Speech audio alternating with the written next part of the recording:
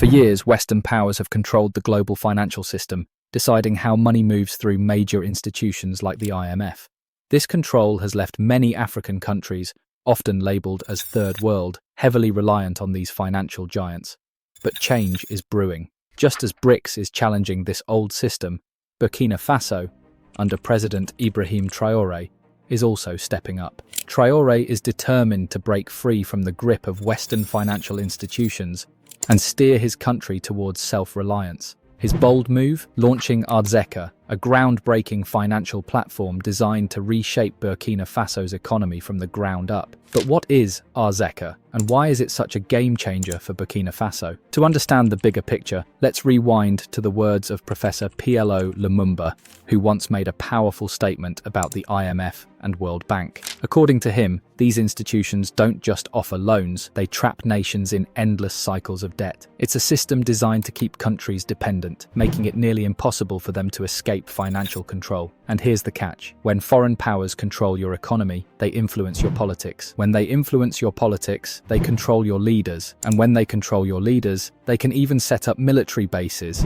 ensuring they have the final say in who runs your country. Professor Lumumba also pointed out how even Africa's own institutions aren't fully independent. The African Development Bank, which was meant to help finance the continent's growth, has 88 shareholders, including the United States, Japan, France, and the UK. With such heavy foreign influence, its original mission has been diluted. This is why financial independence is so crucial for Africa. Leaders like Thomas Sankara recognized this decades ago. He famously rejected loans and conditions from the IMF and World Bank, pushing instead for true economic freedom. Today, President Traore is walking a similar path, determined to rewrite the rules for Burkina Faso's future. If you are still watching this video, it means you love it. Why not take out a second and hit that like button? Have you done that? Let us move on. Burkina Faso has taken a bold leap toward financial freedom with the launch of AZERKA, a brand new digital platform designed to transform how money flows in the country. Unveiled on January 30th, 2025, in the heart of Ouagadougou, this platform isn't just another financial tool, it's a game changer for everyday Burkinabe. The name AZERKA means wealth in the Moor language, and that's exactly what it aims to build, not just for the government, but for the people. Think of it as a giant hub where all kinds of payments come together, whether it's taxes, public services, or community funds. Instead of bouncing between different offices or waiting in long lines, citizens can now handle it all in one place. Here's the cool part. AZERKA makes payments super simple. Whether you're using bank cards, mobile money, or direct bank transfers, everything's streamlined. Need to pay your taxes? Done. Want to support the Patriotic Support Fund? Easy. Even setting up your own digital wallet is just a few clicks away, but it doesn't stop there. The platform links up with existing systems like Orange Money, Move Money, Visa, and MasterCard. Whether you prefer using your phone, computer, or even basic USSD codes, AZERKA has you covered. And if you're someone who still likes paying by check or cash, no worries. Those options are available too. What makes AZERKA truly groundbreaking is how it's designed with the people in mind. It's about cutting down on long trips to government offices, slashing wait times, and making sure every citizen, no matter where they live, can easily access public services. It's also a powerful tool for the government to manage funds better, improve transparency, and gather real-time data for smarter decision-making. When the Burkinabe Prime Minister, Rumtalba John Emmanuel Ouedraogo, officially launched the platform, he highlighted how AZERKA isn't just about tech, it's about sovereignty. This isn't a foreign-made system. It's built by Burkinabe for Burkinabe. It's a clear message that the country is ready to stand on its own, crafting homegrown solutions to its own challenges. He emphasized that while the country battles issues like insecurity, it's also seizing moments like this to carve out real independence, one where Burkina Faso controls its resources and its future. To him, AZERKA isn't just a financial platform, it's a symbol of resilience, innovation, and national pride. And perhaps the most exciting part? This platform redefines how public services connect with the people by simplifying processes, increasing transparency, and promoting financial inclusion. AZERKA paves the way for a stronger, more united Burkina Faso. The launch of AZERKA in Burkina Faso isn't just another government project, it's the starting line of a much bigger journey. Prime Minister John Emmanuel Ouedraogo made it clear. This platform is a major step forward, but its true power lies in how the Burkinabe people choose to use it. He urged citizens and financial administrators alike to embrace AZERKA as more than just a tool. It's a key part of the country's mission to build a stronger, more independent economy. The government is all in on making sure AZERKA succeeds. The Prime Minister emphasized that the path to a new Burkina Faso requires everyone to pitch in, rethink old habits, and fully commit to this new financial system. For him, AZERKA isn't just a digital platform, it's part of a larger revolution in how the country manages its money. Bruno Raymond Barmouni, the Director General of the Treasury and Public Accounting, echoed this message. He highlighted that AZERKA was entirely designed by Burkina Faso's own public administration and is available to everyone, everywhere in the country. This wasn't something handed down by foreign consultants. It's homegrown, tailored to meet Burkina Faso's unique needs. So, what exactly makes AZERKA so special? Well, it's way more than a simple banking app. At its core, AZERKA is an entire financial ecosystem designed to streamline payments, cut down on corruption, and ensure that money flows where it's supposed to, into the hands of the people and the development of the country. One of its biggest game changers, total transparency. Every single transaction made through AZERKA is traceable, leaving no room for shady dealings or hidden cash movements. This is a major blow to corruption and a huge step toward financial accountability. With AZERKA, there's nowhere for stolen money to hide, but it's not just about keeping an eye on the books. AZERKA also makes life easier for everyday Burkinabe. It's fully integrated with popular mobile money services like Orange Money and Move Money, meaning people can pay bills, taxes, or even send money without ever stepping foot in a government office. Whether you're in the bustling streets of Ouagadougou or a remote village miles away, AZERKA brings financial services right to your fingertips. This is a big deal, especially for people in rural areas who often struggle to access basic banking services. Now, with just a phone, they can handle transactions that used to require long, costly trips into the city. But President Ibrahim Traore isn't stopping there. AZERKA is just one piece of a much bigger plan to break Burkina Faso free from decades of financial control rooted in colonial history. To fully understand why this matters, you need to know a bit about the complex relationship between Francophone Africa and France. Even though colonialism officially ended decades ago, its influence still lingers, especially in money matters. Back in 1954, France introduced the CFA franc, a currency for its African colonies. While independence movements swept through the continent, the CFA franc stayed put, keeping France's hand firmly on the financial levers of its former colonies. France maintained control over the currency's value, interest rates, and overall monetary policy. Francophone African countries weren't allowed to print their own money or adjust financial policies without Paris giving the green light. Even worse, they were forced to deposit 100% of their foreign reserves in France's central bank. Although that number eventually dropped to 70% and now sits at 50%, half of these nations' reserves are still locked away in France. And unlike many African countries with their own central banks, Francophone countries have none. Instead, they rely on the Central Bank of West African states, an institution heavily influenced by the French banking system.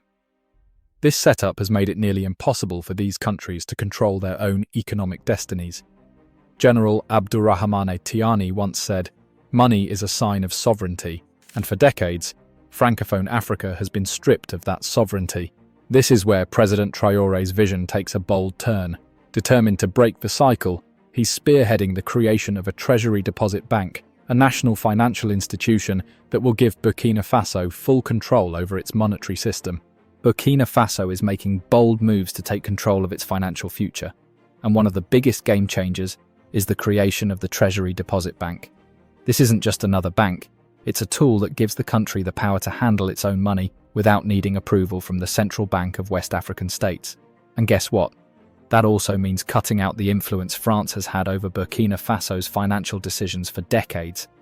This is a major step toward ditching the CFA franc, the currency that's been a symbol of France's hold over many West African countries. With the Treasury Deposit Bank in place, Burkina Faso can finally start planning a smooth switch from the CFA franc to its own national currency. But here's a question. Why is President Ibrahim Traore so determined to break away from the Western financial system? What's so bad about it that Burkina Faso feels the need to step out? To get this, let's take a closer look at the bigger picture. The Western financial system has been around for a long time, shaping how countries trade, borrow, and grow. But here's the thing. This system doesn't play fair. If it did, rising global powers like China and Russia wouldn't be pushing so hard to leave it behind. For years, countries in the global south, places like Africa, Asia, and parts of Latin America, have operated under a financial system controlled by the West. It's like playing a game where the referee is also your opponent. The rules seem set up to favor Western powers, leaving others at a disadvantage. Add the dominance of the US dollar to the mix, and things get even trickier. Because the dollar is the world's go-to currency, countries that rely on it are left vulnerable to Western politics and economic decisions. A single policy change in Washington can send ripples, or even tidal waves, through other countries' economies. Take Russia, for example. When Russia annexed Crimea in 2014, the West hit it with heavy economic sanctions. In 2022, after the invasion of Ukraine, the sanctions got even harsher. Russia was basically cut off from the global financial system. Its banks were frozen out, its trade routes restricted, and its economy took a massive hit. But it's not just Russia. Other countries have faced similar sanctions for going against Western interests. It's like the global financial system has become a weapon, not just a tool for trade. This is why countries in the BRICS alliance, Brazil, Russia, India, China, and South Africa, started looking for alternatives. They wanted a system that couldn't be used against them every time political tensions flared. Their solution? BRICS Pay, a payment network that lets member countries trade directly using their own currencies, bypassing the US dollar completely.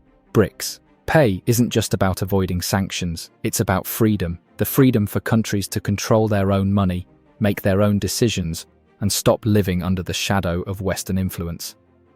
Now let's bring this back to Africa. African countries, especially those still tied to the CFA franc, know this struggle all too well. The colonial-era currency has kept countries like Burkina Faso locked in an unfair financial system for decades. But that's just one piece of the puzzle. Let's talk about two massive global financial institutions, the World Bank and the International Monetary Fund, IMF. On paper, these organizations were created to help countries grow, fight poverty, and stabilize economies. But according to leaders and activists from around the world, the reality looks very different. In October of last year, during a major meeting in Marrakesh, Morocco, something huge happened. While the World Bank and IMF held their annual meetings, another gathering, the Global People's Tribunal on World Bank and IMF, took place nearby. This wasn't an official event. It was a people-powered one. Communities from countries like Ecuador, Egypt, Kenya, Malawi, Mexico, and Zambia showed up to tell their stories. And what they revealed was shocking. Speaker after speaker shared how the very policies that were supposed to help their countries were actually making life harder. Massive loans from the World Bank and IMF often came with strings attached, rules that forced governments to slash budgets for things like schools, hospitals, and food programs. To make matters worse, these loans piled up national debt, pushing countries deeper into financial holes they couldn't climb out of. Fuel subsidies, gone. Farming support, cut. Public services, slashed to the bone. Meanwhile, everyday people were left struggling to afford basic necessities as prices soared. But the worst part? While ordinary people were drowning in debt and poverty, the wealthiest elites in these countries were reaping the rewards. The tribunal revealed how the IMF often acts more like a global debt collector than an economic savior, making sure rich creditors get paid while the poor suffer the consequences. The stories shared in Marrakesh exposed a brutal truth. The system isn't broken. It's working exactly as it was designed to. And for many, it's nothing short of a scam. So what exactly do people mean when they call the IMF the biggest scam of the century? To get the full picture, we need to rewind the clock, way back to the end of World War II. Europe was a total mess. Cities were reduced to rubble, food and fuel were scarce, and entire economies were falling apart. Things got so bad in Germany that people actually started using cigarettes as currency. Yes, cigarettes. That's how desperate things were. Western leaders saw the chaos and panicked. They feared that if they didn't fix things fast, communism could spread.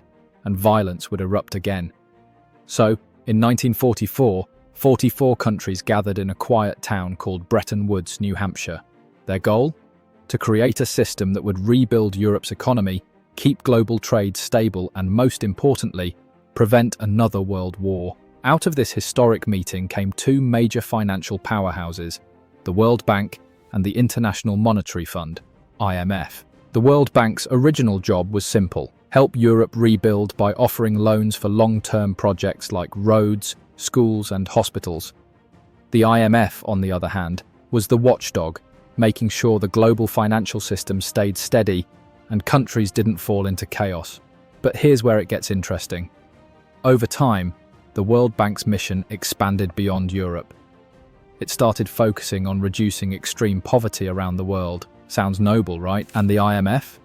It stuck to its original role, helping countries stabilize their economies. At least, that's what it claims. Out of the 44 countries that created these two global financial giants, guess how many were African? 0. Not a single African country had a seat at the table. In fact, most African nations were still under colonial rule at the time, fighting for their independence. So, when the rules of this global financial system were being written, Africa wasn't even in the room. And that's not just a historical footnote, it's the root of the problem. You see, because African countries weren't represented, every policy, every rule, and every financial strategy crafted during that meeting was designed to benefit the West. Think of it like joining a game where the players who made the rules also happen to be your opponents. The West has always wanted Africa to remain dependent. Why? Because a dependent Africa means easy access to its resources: oil, minerals, crops, you name it. And the World Bank and IMF became tools to make sure that dependency stayed intact through something called Structural Adjustment Programs, SAPs. These programs, rolled out mainly in the 1980s and 1990s, came with a brutal deal. If an African country needed a loan, it had to follow strict conditions: cut government spending, privatize state-run businesses, remove subsidies, and open markets to foreign investors. On paper, these policies were supposed to help struggling economies grow, but in reality, they made things worse.